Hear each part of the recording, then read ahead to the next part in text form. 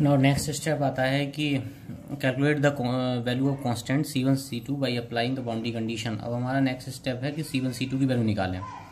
तो हमारी इक्वेशन है ये डिफ्लेक्शन की, ये y is equal to R A X Q divide by 6। Constant पहले वाले सेक्शन में ही रहेंगे। अब एट एक्स बराबर 0 वाई इज इक्वल टू 0, आपको बाउंड्री कंडीशन पता है। तो जैसे ही हम इसमें x इज इक्वल टू 0 रखेंगे तो ये थर्ड टर्म और फोर्थ जो टर्म है ये दोनों की वैल्यू नेगेटिव आ जाएगी ना, हम ऑमिटेट कर देंगे।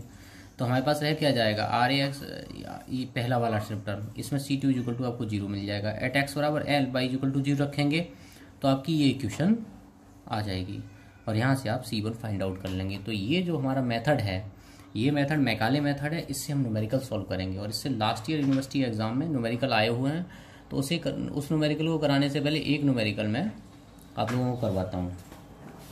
एक न्यूमेरिकल है, आप लोग देखें इसे न्यूमेरिकल को, काफ़ी अच्छा न्यूमेरिकल है। A simply supported beam of 8 metre length carries 2 point load of 64 newton and 64 kilo newton and 48 kilo newton at 1 metre and 4 metre respectively from the left end. Find the deflection under the each load and the maximum deflection. आपको क्या करना है, Y जिस point पर load लगा है उस point पर डिफ्लेक्शन निकालना है। तो एक पॉइंट ई है यहाँ पे, इस पे लोड लगा है तो ई पॉइंट पे डिफ्लेक्शन निकालना है, और एक डी पॉइंट पे लोड लगा है उस पॉइंट पे डिफ्लेक्शन निकालना है। ओके तो स्टार्ट करते हैं। तो सबसे पहले मैंने स्टेप बताया कि रिएक्शन फाइंड आउट करनी है। तो आप लोग पहले से जानते हैं कि अगर ए रिएक्शन निकालनी है, ए पॉइंट पे रिएक्शन निकालनी है तो सी पॉइंट पे मूवमेंट ले लें, summation of bending movement at point C is equal to 0, तो आपका आर निकल आया। दूसरा तरीका मैं आपको लोगों को बताता हूँ जो काफ़ी ट्रिकी है, जो कॉम्पिटिटिव एग्जाम में भी काफ़ी हेल्पफुल है, कि अगर कोई सिंपली सपोर्टेड बीम है जिस पे ए डिस्टेंस पे एक डब्ल्यू लोड लगा है और आपको रिएक्शन जब कैलकुलेट करनी होती तो आप क्या करते थे, R A equal to W. जब आपको आर ए निकालना है तो बी डिवाइड बाई एल कर देते थे। जब आपको आर बी निकालना है तो W into distance from A side A divide by L कर देते थे। अब यहाँ पे देखो, यहाँ दो लोड लगे हैं, 64 किलो न्यूटन और 48 किलो न्यूटन। अब आपको आर ए निकालना है, तो आर ए कैसे निकालेंगे, जब आर ए निकालेंगे तो 64 इंटू इधर ये distance 7 divide by 8 plus 48, load पे जब देखना कंट्रीब्यूशन कितना, 48 इंटू ये डिस्टेंस 4 डिवाइड बाई 8, तो 80 निकल आया। तो ये दो लाइन में निकल आया, तो आपको ये वाला मेथड यूज करने की आवश्यकता नहीं पड़ेगी।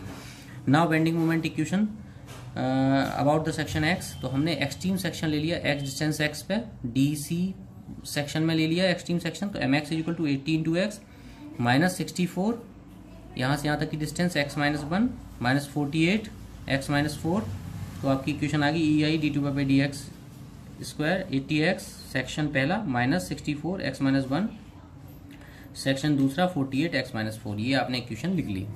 ओके, अब आपने दोबारा फिर इसे इंटीग्रेट करना चालू किया, तो E I D two by D x 80 x square divided 2 plus C1 constant पहले वाले सेक्शन में रखा।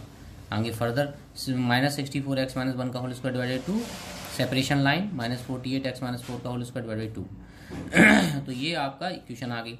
अगेन इंटीग्रेट किया तो 40 X Q divide by third plus C1 X plus C2 constant पहले वाले सेक्शन में ही वैलिड रहेंगे।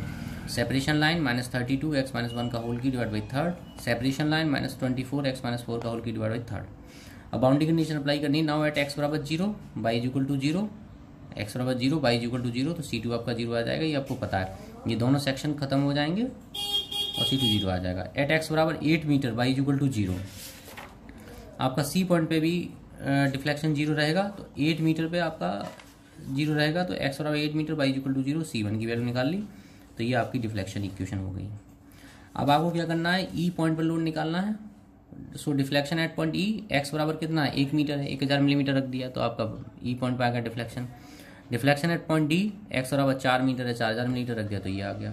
Assume the maximum deflection in between C and D. तो अब मैंने ये अज्यूम किया कि मैक्सिमम डिफ्लेक्शन जो है वो ई एंड डी सेक्शन में होगा, क्योंकि जहाँ पे लोड डिफ्लेक्शन या तो उस पॉइंट पे मैक्सिमम होता है जिस पॉइंट पे लोड लगा रहता है, या फिर उन पॉइंट्स पे के बीच में होगा, ये ध्यान रख लेना। तो अगर डिफ्लेक्शन मुझे मैक्सिमम फाइंड आउट निकालना है तो मैं क्या करूँ, डी बाई डी एक्स को 0 रख दूँ, तो एक्स की वैल्यू आपकी आ जाएगी, तो हमें पता लग जाएगा डिफ्लेक्शन किस पॉइंट पे मैक्सिमम है। तो मैं क्या करूँगा, मैंने अब ये स्लोप वाली इक्वेशन लिखी। स्लोप वाली इक्वेशन क्या थी हमारी, E I D T by D x 40x² plus C1 minus 32x minus 1 का होल स्क्वायर। तो मैंने जो माना है डिफ्लेक्शन कहाँ तक मैक्सिमम होगा, तो वो मैंने माना है ई डी सेक्शन तक। तो तीसरे वाले सेक्शन की इक्वेशन को मैं हटा दूंगा यहाँ से, तो 24x माइनस 4 का होल स्क्वायर ये हटा दिया, इस वाली इक्वेशन को लिया। तो 0 is equal to 40x² minus C1 की वैल्यू 332 माइनस 32x माइनस 1 का होल स्क्वायर। यहाँ से हमने x की वैल्यू निकाली तो 3.84 मीटर आ गया। ओके, तो E I Y is equal to, हमने मैक्सिमम डिफ्लेक्शन निकालना है तो हमने उसमें उठा के ये वैल्यू रख दी, तो हमारा ये मैक्सिमम डिफ्लेक्शन आ गया। ये हमारा आंसर हो गया। ठीक है, थैंक यू।